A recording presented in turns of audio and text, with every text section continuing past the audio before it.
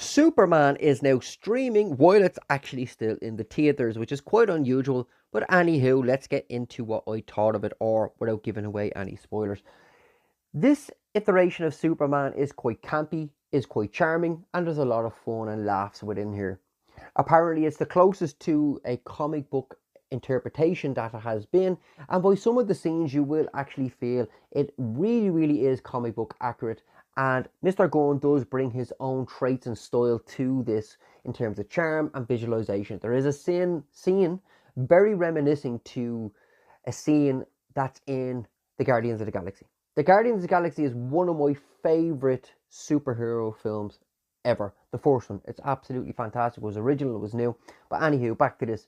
This Superman is quite campy, it's quite fun. At times it can get messy.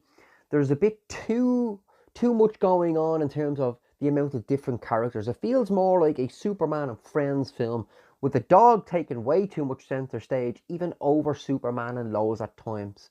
The Superman and Lois, or Clark and Lois connection, when they do get to breed, is really good. Both actors bring their A game to each character. This Superman and this Clark Kent is really fun to watch. However, there are moments where he's just getting beaten up way too much on screen. And there's a lot of discourse going on if you rather this or Man of Steel. I think you can like both if you want. I do like both, but I prefer Man of Steel. I like the way Superman felt like a god within that kind of universe. However, Cornsweet really does, or is it Cornsweat? Anywho, really does bring his A game and his charm to both characters in Superman and Clark Kent. And you can actually see the switch to both characters quite brilliantly at times. What did you think of the movie? Did you like it? Did you hate it? Like and comment below, and I'll catch you in the next video.